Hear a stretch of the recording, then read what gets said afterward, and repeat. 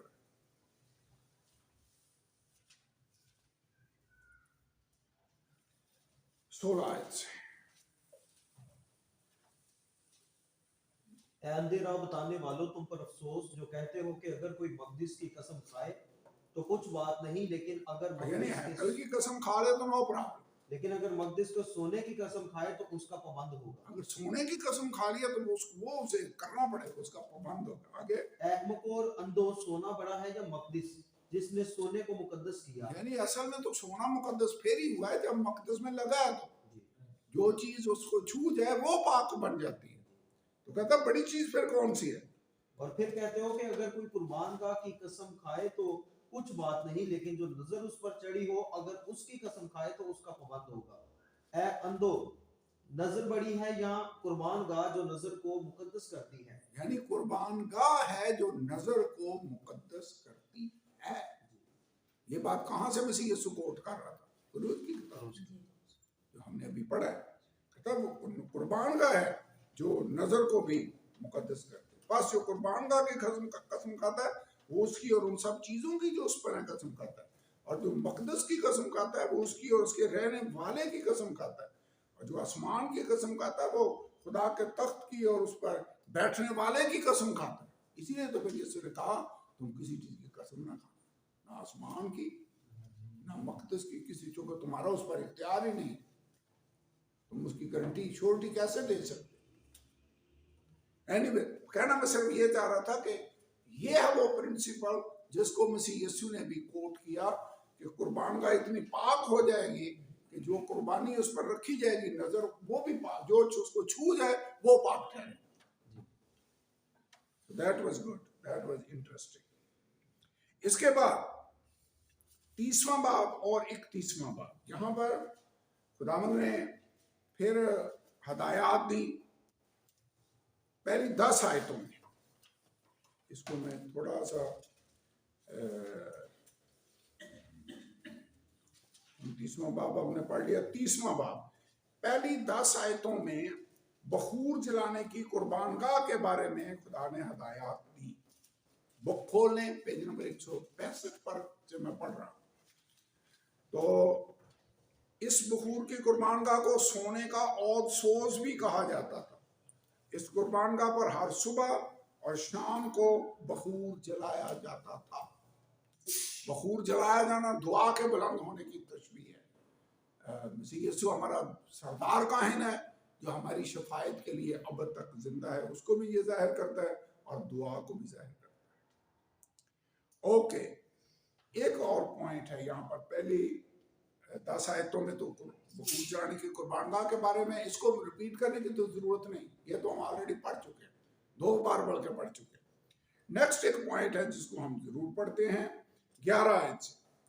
خداوند نے موسیٰ سے کہا جب تو بنی اسرائیل کا شمار کرے تو جتنوں کا شمار ہو وہ فی مرد شمار کے وقت اپنی جان کا فدیہ خداوند کے لیے دیں. تاکہ جب تو ان کا شمار کر رہا ہو اس وقت کوئی وبا ان میں پھیلنے نہ پائے۔ آپ کو یاد ہے ایک دفعہ داؤد خدا کا بندہ تھا جو ہیکل عہد کا صندوق اٹھا کر لے کر آیا، اور ایک کاہن جو ساتھ ساتھ چل رہا تھا وہ مر گیا۔ داؤد پریشان ہوا کہ کیا ہوا ہے۔ اس نے جب تحقیق کی تو سمجھ آئی کہ بیل گاڑی پر رکھ کر نہیں اس کو لانا چاہیے تھا، اس کو تو کاہن اپنے کندھوں پر اٹھا کر لائیں گے۔ اور نیکسٹ ٹائم جب لاویوں کو اس نے اکٹھا کیا اور وہ کندھے پر اٹھا کر اس کو لے کر گئے تو خدا نے برکت دی۔ داؤد سے مسٹیک ہو۔ ایک دفعہ داؤد سے اور بھی مسٹیک دیکھا، داؤد کے دل کو بارہ ابلیس نے اس کے دل کو بارہ کہ وہ لوگوں کا شمار کرے۔ اس نے لوگوں کو گنا اور وبا شروع ہو۔ میں سوچ رہا تھا کہ وبا سے بچنے کا طریقہ یہاں بائبل میں لکھا ہوا تھا، جیسے ہم نے بڑی ڈیٹیل سے پڑھا ہے، یاد ہے وہ کنڈے بنائے جائیں، کڑے میں چوبے ڈالی جائیں، وہ سونے سے مڑی ہوں، کیکر کی لکڑی کی چوبے بنا کر سونے سے مڑنا ہے اس کو، اور پھر ان چوبوں کے ذریعے سے اس کو اٹھانا ہے۔ بڑا کلیئر لکھا ہوا تھا۔ یہاں پر بھی بڑا کلیئر لکھا ہوا ہے کہ جب مردم شماری کی جائے، جتنوں کا شمار ہو وہ اپنی جان کا فدیہ خدا کے لیے دے، اور نیم مسکال فکس کر دیے خدا نے کہ ہر آدمی نیم مسکال ہیکل میں جمع ہوا ہے اپنی جان کے فدیے کے طور، فدیے کے رقم بائبل میں پڑھتے ہیں۔ جی، جب تو بنی اسرائیل کے شمار کرے تو جتنوں کا شمار ہو وہ فی مرد شمار کے وقت اپنی جانوں کا فدیہ خدا ان کے لیے دے، تاکہ جب تو ان کا شمار کر رہا ہو اس وقت کوئی وبا ان میں پھیلنے نہ پائے۔ 13 آیت، ہر ایک جو نکل نکل کر شمار کیے ہوں میں ملتا جائے وہ مقدس کی مسکال کے حساب سے نیم مسکال دے۔ مسکال 20 جیرہ کی ہوتی تھی، یہ نیم مسکال خداوند کے لیے نظر ہے، جتنے 20 برس کی یا اس سے زیادہ عمر کے نکل نکل کر شمار کیے ہوئے میں ملتے جائیں، ان میں سے ہر ایک خداوند کو کی نظر دے۔ جب تمہاری جانوں کے کفارہ کے لیے خداوند کی نظر دی جائے تو تم تو دولت مند نیم مسکال سے زیادہ نہ دے، غریب اس سے کم نہ دے۔ اور تو بنی اسرائیل سے ہر ایک کو ایکول دینا ہے، یہ نہیں کہ دولت مند نیم مسکال سے زیادہ دے، نو، پرمیشن نہیں۔ وہ بھی نیم مسکال دے گا، جس کے پاس 1 کروڑ روپے ہے وہ بھی نیم مسکال دے، جس کے پاس 10 روپے ہے وہ بھی نیم مسکال دے، یہ نہیں، اس میں سب کو برابر دینا۔ 16 ہے، اور تو بنی اسرائیل سے کفارہ کی نقدی لے کر اسے خیمہ اجتماع کے کام میں لگانا، تاکہ وہ بنی اسرائیل کی طرف سے تمہاری جانوں کے کفارہ کے لیے خداوند کے حضور یادگار ہو۔ اس پیسے کو یوز کہاں پر کرنا ہے؟ ہیکل میں کی ریپیئر کے کام میں، ہیکل کی چیزوں کے بنانے کے کام میں، اور یہاں پر خیمہ اجتماع بناتے وقت وہ چاندی کے خانے جو بنائے گئے وہ اس رقم سے بنائے گئے جب مردم شماری کی گئی۔ لیکن جب داؤد کے دور میں یوآب نے لوگوں کو گنا تو کہیں میں نے نہیں پڑھا کہ وہ ساتھ ساتھ دے بھی رہے تھے، ہدیہ بھی دے رہے تھے۔ شاید یہ وجہ تھی کہ وہ خدا کا غضب بڑھتا۔ تو اس کا مطلب رول کی وائلیشن چاہے داؤد کرے یا کوئی اور کرے، خدا ججمنٹ کرتا ہے۔ یہ والی آیت پڑھ کر میں سوچ رہا تھا کہ ہو سکتا ہے، لکھا تو نہیں ہوا لیکن ہو سکتا ہے یہی ریزن۔ اوکے، نیکسٹ، پیتل کا حوض۔ یہ تو آپ کو سمجھ آ گئی، پیتل کا حوض، یہ اس کو پڑھنے کی ضرورت ہے، پڑھ لیں۔ پیتل کا حوض خیمہ اجتماع کے مدخل اور قربانگاہ کے درمیان رکھا ہوا تھا۔ خیمہ اجتماع کا جو دروازہ ہے، پیتل کی قربانگاہ اور خیمہ اجتماع کے دروازے کے بیچ میں حوض رکھا ہوا تھا۔ پہلے قربانگاہ، بعد میں حوض، پھر آگے خیمہ، تو جس میں کائن اپنے ہاتھ پاؤں دھوتے تھے۔ یہ آئینوں کے پیتل کا بنا ہوا تھا جو خواتین کی طرف سے ہدیے کے طور پر دیا گیا۔ اس کی لمبائی چوڑائی کا کوئی ذکر نہیں ہے۔ اگر کوئی کاہن طہارت کے بغیر پاک چیزوں کو ہاتھ لگاتا تو اسے سزائے موت دی جاتی۔ یہاں یاد دہانی ہے کہ کاہن ہاتھ پاؤں دھو لیا کرے تاکہ مر نہ جائے۔ اس کے بعد 30واں باب آیت نمبر 22، یہاں پر انسٹرکشن ہے کہ مسح کرنے کا جو تیل ہے یہ خاص اس کی ترکیب ہے کہ یہ اتنی چیز اتنی ڈالنی ہے، یہ والی چیز اتنی ڈالنی ہے، اتنا زیتون، اتنا یہ، اور اس ترکیب سے کوئی اور چیز نہیں بنانی۔ یاد آیا؟ ہم نے آلریڈی یہ پڑھ دی ہے، تو یہاں پر ہی اس کی پوری ڈیٹیل ہے کہ اس کو کیسے بنانا ہے۔ 33ویں آیت پڑھ لیں، 31ویں آیت سے 31 سے 30واں باب آیت نمبر 31۔ اور تو بنی اسرائیل سے کہہ دینا کہ یہ تیل میرے لیے تمہاری پشت در پشت مسح کرنے کا پاک تیل ہوگا، یہ کسی آدمی کے جسم پر نہ ڈالا جائے، اور یعنی اس کو ایز اے پرفیوم کوئی آدمی نہ یوز کرے، ایسے ہی نہیں ڈال لینا، جس کو مسح کریں گے اس پر ڈالیں۔ آگے، اور نہ تم کوئی اور روغن اس ترکیب سے بنانا، اس لیے کہ یہ مقدس ہے، یا اس میں سے کچھ کسی اجنبی پر لگے، وہ اپنی قوم میں سے کاٹ ڈالا جائے۔ نہیں، یہ مقدس ہے اور تمہارے نزدیک مقدس ٹھہرے۔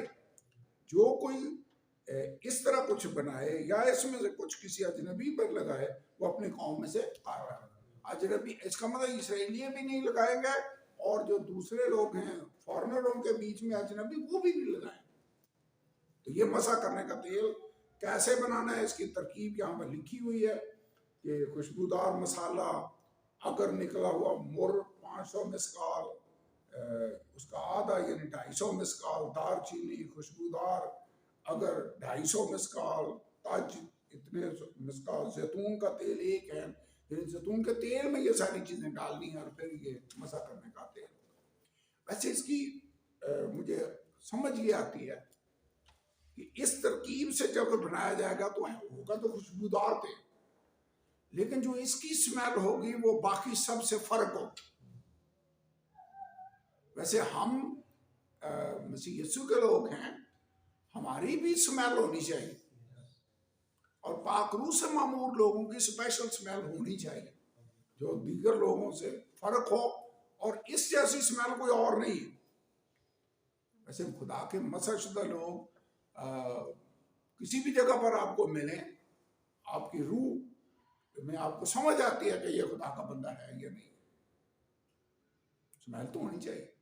ویسے سامری عورت نے جب مسیح یسوع کو دیکھا، اس نے بتایا نہیں کہ میں مسیح ہوں، اس نے کہا تجھے معلوم ہوتا ہے کہ تو نبی ہے، یعنی اسے اندازہ ہو رہا تھا کہ یہ عام بندہ نہیں لگ رہا۔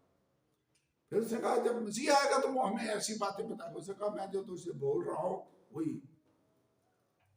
پھر اس نے بتایا، لیکن اس کو سمجھ آنا شروع ہو گئی۔ اس شنیمی عورت کے گھر میں الیشا نبی آتا جاتا تھا، اس نے اپنے ہسبینڈ سے کہا یہ شخص جو ہمارے ہاں آتا ہے یہ مجھے خدا کا نبی معلوم ہوتا ہے، آؤ گھر میں اسپیشل ایک کوٹری اس کے لیے بنا دیں، ایک شمعدان رکھ دیں، ایک پلنگ لگا دیں، ایک ٹیبل رکھ دیں، کرسی رکھ دیں، تاکہ جب کبھی وہ ادھر کو آئے یہ اسپیشل اس کے لیے جگہ۔ اس کو بھی آئیڈیا ہو گیا کہ یہ مرد خدا ہے، یہ مرد خدا جو ہے خود سے ادھر آتا ہے۔ تو اس کا مطلب ہے کہ خدا کے جو لوگ ہیں وہ بھی مسیح کی خوشبو ہیں، اور بائبل کے اندر آیت ہے کرنتھیوں کے خط میں، ہم نے یہ پڑھی بھی تھی کہ خدا اپنے علم کی خوشبو ہمارے وسیلہ سے پھیلاتا ہے۔ ہماری اسپیشل مسح کی جیسے اسپیشل اسمیل، اس نے کہا اس طرح کی کوئی اور ترکیب سے ویسی نہ بنے۔ پڑھیے کرنتھیوں کے خط میں آیت پڑھ لیں۔ ایک تو مجھے یہ آپ نے وہ خط اٹینڈ نہیں کیے ہوئے، پہلے میں خود نکالوں پھر آپ کو بتاتا ہوں۔ یہ ہوگا مجھے لگتا دوسرا باب،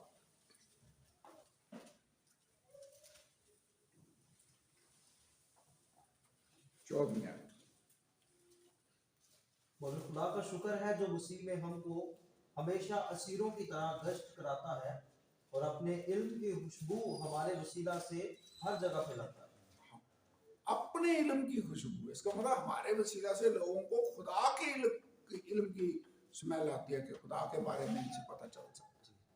اپنے علم کی خوشبو ہمارے وسیلہ سے ہر جگہ پھیلاتا ہے، کیونکہ ہم خدا کے نزدیک نجات پانے والوں اور ہلاک ہونے والے دونوں کے لیے مسیح کی خوشبو ہے۔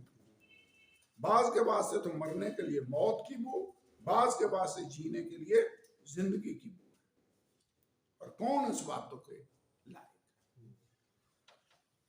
ہماری ٹیسٹمونی کی وجہ سے کئی لوگ مجرم ٹھہریں گے، کئی لوگ نجات پائیں گے، لکھا ہے بائبل کے اندر لکھا ہوا کلیئر ہے۔ تو میرے خیال میں ابھی ہم یہاں پر رکیں گے اور پھر ہم آگے، یا تھوڑا سا اور پڑھ لیں پھر آگے چلیں۔ نہیں، میرے خیال میں یہاں پر رکنا چاہیے کیونکہ پھر زیادہ لیٹ ہو جائے۔ آئیے لیٹ اس اسٹارٹ۔